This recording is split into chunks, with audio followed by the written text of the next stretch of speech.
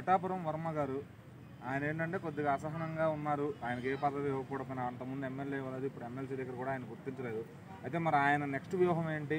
అంటే పార్టీ కోసం ఉంటారా, లేదంటే రాజకీయాన్ని దూరం అయిపోతారా, లేదంటే పవన్ కళ్యాణ్ గారిని దించే విధంగా ఏమన్నా ఎత్తుగడలు వేసి అలాంటివి ఏమన్నా చేసే ప్రయత్నం చేస్తారా? ఏమండి, వర్మకి అంత స్టేజీ ఉందా? పవన్ కళ్యాణ్ గారిని దించే స్టేజ్ వర్మది. పిఠాపురం ప్రజలు కోరుకున్నారు కాబట్టి ఆయన అక్కడి నుంచి పోటీ చేయడం జరిగింది. మీ అందరికీ తెలుసు, మీడియాకి 5 సంవత్సరాల నుంచి పిఠాపురం ప్రజలు పవన్ కళ్యాణ్ గారు అక్కడి నుంచి పోటీ చేస్తే 1,00,000 మెజార్టీతో గెలిపించుకుంటామని చెప్పారు. అందు కారణంగా ఆయన అక్కడ పోటీ చేశాడు. కూటమిలో కూడా చంద్రబాబు నాయుడు గారు పిఠాపురంలో వర్మకి ఒప్పించి చర్చించి చేశారు. అంతేగాని వర్మ సైలెంట్గా ఉంటే ఎమ్మెల్సీయో ఏదో ఒక పోస్ట్ ఇచ్చేవాళ్ళు. ఈయన ఏంటంటే ఈయన గెలిచినప్పటి నుంచి ఈ పవన్ కళ్యాణ్ గారికి ఏమో రాష్ట్రం అంతా దేశం అంతా ఆయనకి ఎక్కడ విదేశాల నుంచి కూడా ఎక్కడెక్కడ ప్రపంచ రికార్డులు సృష్టించి పేర్లు తెచ్చుకుంటే మనోడేమో ఏదో ఒక న్యూసెన్స్ క్రియేట్ చేస్తున్నాడు. అట్లాంటి వ్యక్తికి, అంత పేరు తెచ్చుకున్న వ్యక్తికి రోజుకొకటి క్రియేట్ చేసి న్యూసెన్స్ చేయడం వల్లనే వర్మ తన చేతులారా తను చేసుకున్నాడు. ఇప్పుడు అక్కడ టీడీపీతో కూడా పర్మిషన్ తీసుకోకుండా ఏదో వ్యవహారాలు చేస్తున్నాడు. రియల్గా ఏమండి చంద్రబాబు నాయుడు గారు ఇట్లా జరుగుతుంది, నాకు ఏదో ఇవ్వండి, ఏదో చేయండి, ఏదంటే ఆయన చేస్తాడు. అలా ఆయన తెలియకుండా కూడా ఈయన వ్యవహారాలు చేసి ఇవాళ ఏంటంటే ఆయన స్టేజీని ఆయన దిగదార్చుకున్నాడు. అంటే ఆయన కోసం, అంటే ఇప్పుడు ఆయన కూటమి బలం కోసం అని చెప్పి ఆయన కొంచెం పక్కగా తెప్పించారు. అక్కడ ఆయనకి ఎంత మెజారిటీ ఉన్నప్పటికీ కానీ మరి ఇప్పుడు ఎమ్మెల్సీ అన్నప్పుడు ఫస్ట్ ప్రిఫరెన్స్ ఇస్తా అని చంద్రబాబు గారు కూడా ఆయన కేర్ చేయట్లేదు. మరి ఎక్కడ తప్పు జరుగుతుంటారు? అంటే నార్మల్గా ఉంటే ఇచ్చేవాళ్ళు రావని అనుకున్నారు వీళ్ళు. కానీ ఏంటంటే ఈయన రోజు ఇప్పుడు ఆయన డిస్టర్బ్ చేస్తున్నారు కదా. ఇప్పుడు ఆయన రాష్ట్రానికి దేశానికి నాయకుడే ఆయన కూర్చున్నాడు. ఇవాళ అర్థమైందా?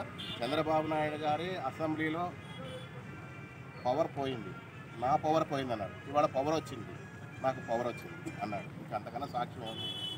మోడీ గారే ఆయనకి దండం పెట్టుకుంటాడు. అట్లాంటిది ఇప్పుడు క్యాండిడేట్ అవ్వచ్చు వర్మకి. వర్మ నేనేం కాదంటలా. కూటమిలో ఏదో తను త్యాగం చేసింది కాదు కదా.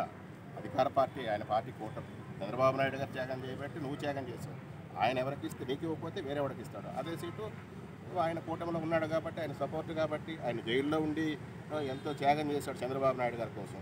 ఆ విధంగా ప్రజలు ఇప్పుడు నెక్స్ట్ టర్మ్కి పక్కనే ఉంటూ పవన్ కళ్యాణ్ గారికి ఏమన్నా ఎత్తుగడలు, వెన్నుపోట్లు లాంటివి ఏమన్నా చేసే ప్రమాదం ఏమైనా ఉందంట? అంత సీన్ ఆల్రెడీ అక్కడ పెట్టేస్తారు. ఆల్రెడీ ఆయన్ని పక్కన పెట్టేశారు కూడా. తనంతట తను చేసుకుంటున్నాడు. పవన్ కళ్యాణ్ గారికి ఎన్ని పోట్లు పోల్చేంత ఇది కాదు. ఎందుకంటే అక్కడ ప్రజలందరూ కూడా, అది ఏ మతస్థులు కానీ, ఇప్పుడు క్రిస్టియన్స్ ఉన్నారు, ముస్లిమ్స్ ఉన్నారు, అందరూ కూడా ఆయనకి ప్రాణం అక్కడ. ఎందుకంటే యాక్చువల్లీ ఆయనకి ఆ ఫీలింగ్స్ ఉండవు. ఎవడన్నా అనుకుంటాడు కానీ పవన్ కళ్యాణ్కి వీళ్ళు ముందు ముస్లిమ్స్, హిందూస్, లేకపోతే ఆ కులం ఈ కులం ఇట్లాంటివి ఉండవు. రియల్గా ఉండదన్నమాట. పైకి ఎవడన్నా ఏదైనా అనుకోవచ్చు కానీ ఆయనకు అలాంటివి ఉండదు. కాబట్టి ఆ జనానికి తెలుసు కాబట్టి వర్మని పక్కన పెట్టారు. మా అయితే 100 మంది 1000 మంది ఎవరన్నా ఇక అతన రిలీషనో బంధువులు ఇట్లాంటి వాళ్ళు ఎవరైనా ఉంటే ఉండొచ్చు తప్ప పిఠాపురం మొత్తం టోటల్ పవన పక్షం. అంటే అంతకుముందు ఆయన ఇండివిజువల్గా పోటీ చేసి గెలిచాడు, అంటే ఏ పార్టీతో సీట్ ఇవ్వలేదని చెప్పి. మరొకసారి మరి 2024 ఎలక్షన్ టైంకి మళ్ళీ అట్లా ఆయన తిరగబడి ఇండివిజువల్గా పోటీ చేస్తే మరి ఓట్లు చేరే అవకాశం ఉంది. అంత సీన్ లేదు, అయిపోయింది.